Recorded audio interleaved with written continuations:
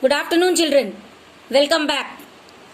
Continuing with the topic of the theories of utility, we have already completed law of diminishing marginal utility. Now today we are in the second theory, that is law of equi-marginal utility.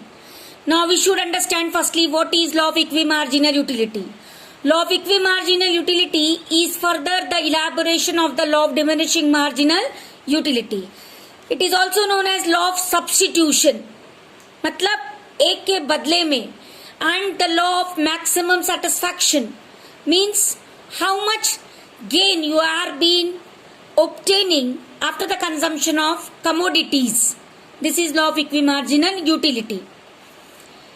Now the law of equi-marginal utility definition is, actually this law was Hermann Henrik Gaussen. Therefore, it is also known as Gausson's second law.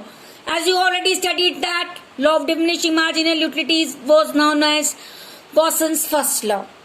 Now, the law points out how a consumer can get maximum satisfaction out of given expenditure on different goods. So, this is law of equi-marginal utility. Am I clear, children?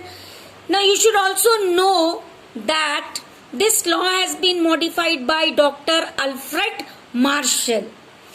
This law has got several assumptions.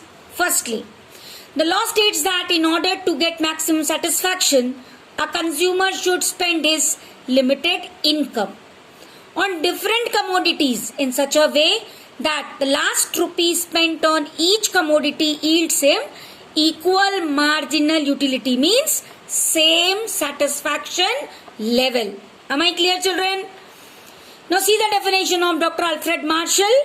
If a person has a thing which can be put to several uses, he will distribute it among these uses in such a way that he has the same marginal utility in all.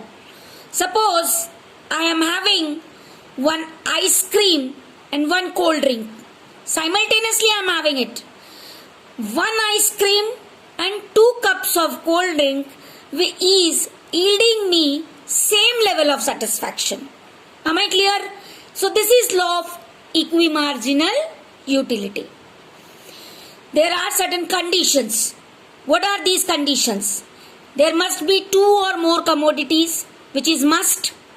Second is, whatever marginal utility he or she gets from both the commodity, it must be equal. And you know that marginal utility are the cardinal numbers. If I am writing that I am obtaining 10 utils from eating ice cream, so I should get the same 10 utils in the 2 glass of cold drinks also. Am I clear?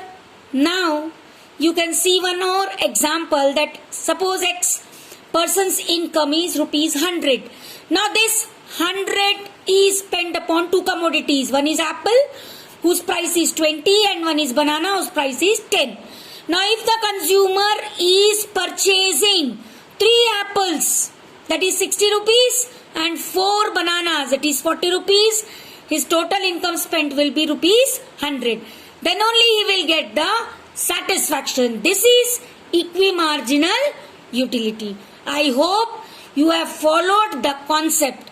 Now see the formula for this. MUA by PA. MUA means marginal utility obtained from commodity A. PA means price of commodity A.